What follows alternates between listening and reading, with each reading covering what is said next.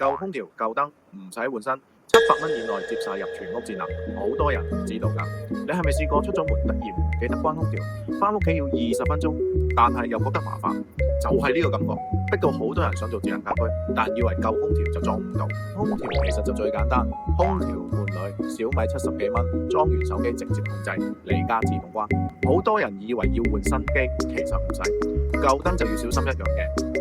唔係燈係換開關，但裝之前一定要確定你屋企係單火定零火，零火15分鐘搞掂，單火版裝得，但響應慢少少，唔一樣㗎。最平就係呢個啦，風扇、電視、投影，只要係紅外遙控器，一個紅外線集成器，全部收晒落一個 APP。